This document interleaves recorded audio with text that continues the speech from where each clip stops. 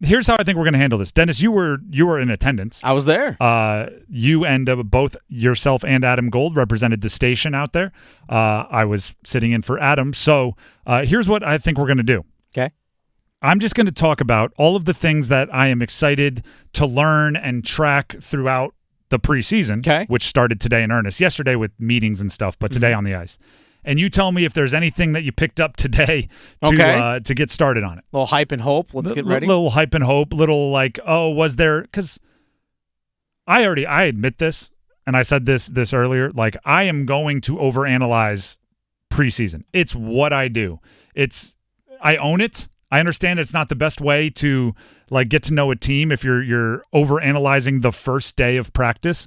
But at the same time, like at least I admit it. I'm going to do it. I can't help myself. That's fair. I want rookies. I want, actually, more specific, I want a rookie. This year, I believe there's possibly even an opening day opportunity for a rookie to not just like be around the team, but play, like get minutes, 9, 10. I'm not saying you're going to be out there for 25 minutes. I'm not saying, you're going to be paired with, Aho and Svetch. But I want a rookie. And I think this preseason, like coaches always say competition breeds, the iron sharpens iron, competition breeds the best.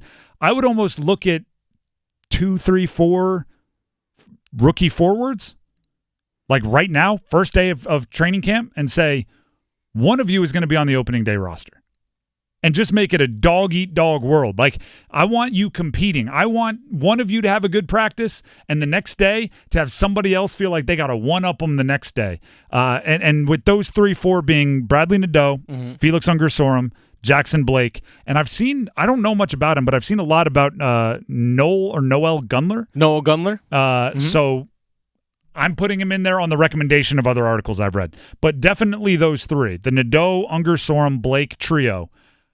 I want to say one of you is going to be on the opening day roster. I have 3 or 4 of you. I have one spot. How you play this preseason, how you practice, how you handle yourself, you're going to make the decision for me, because I think that's good for these guys to know they're playing with live bullets out there, obviously metaphorically. So what did you learn? Okay. Like if Rod had done that yesterday. All right. Is there a leader after day one? Well, they had Unger-Sorum, Jackson Blake, Nadeau, those 3 guys skating on a line together. And they actually skated on a line in the prospect tournament out in Nashville. Like, those 3 guys playing together. That might put a wrench in my little plan here, because if you say that, none of them are passing. Yeah.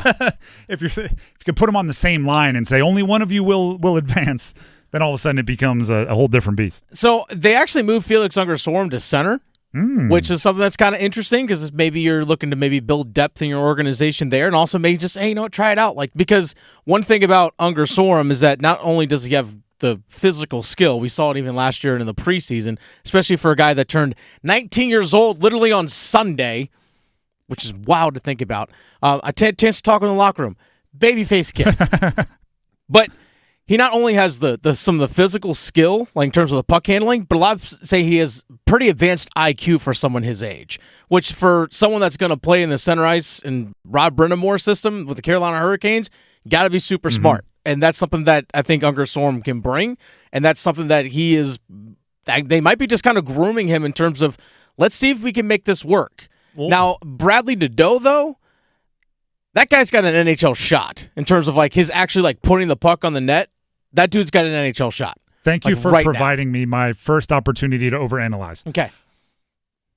Felix Unger-Sorum at center, I think that probably means he's not going to be the guy that they lean on early, because he has been a winger through his time in the system. Yeah. And I don't anticipate him being NHL ready at a new position after like a month at center. Yeah. So maybe it's, hey, Felix Unger-Sorum's not going to be that guy for this year, but we can give him 20 minutes, 25 minutes a night at center in the AHL, and maybe by next year he has that ability.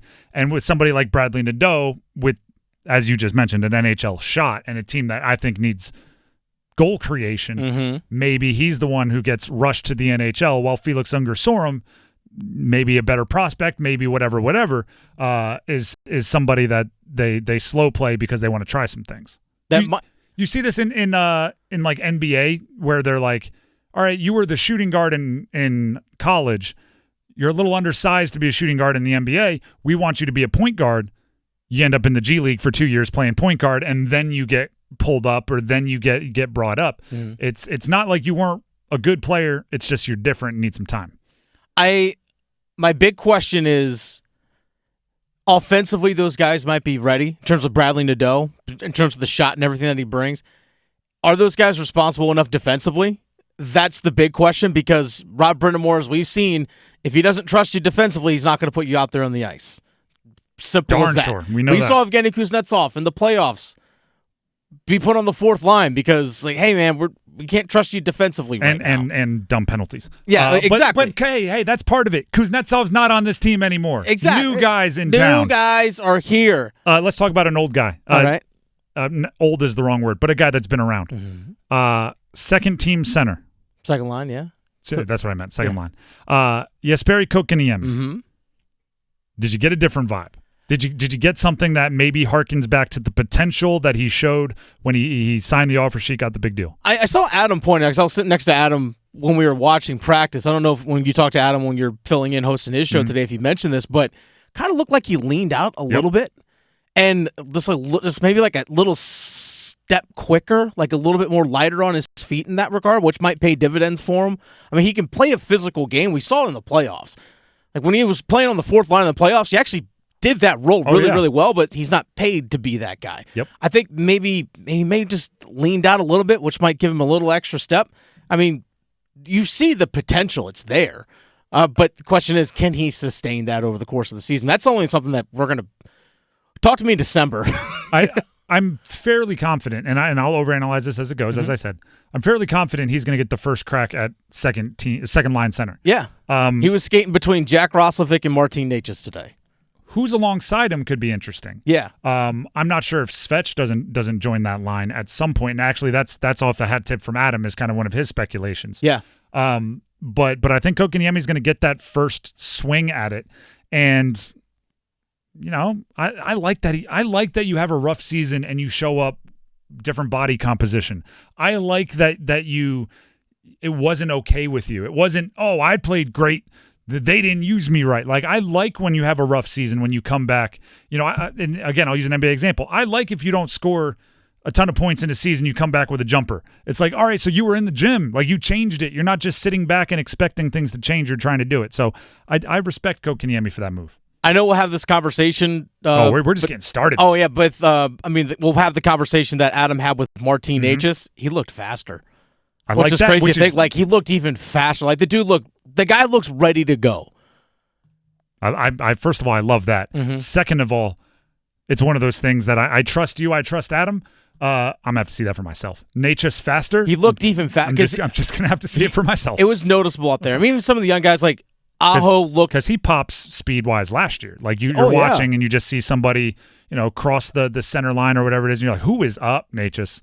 It just makes sense. Yeah, and then Aho looked like, okay, he looked like Sebastian Aho. Seth Jarvis looked like he looked stronger. Like, even just seeing him in the locker room, it's like richer. Well, he also, standing on the fat wallet that he has now.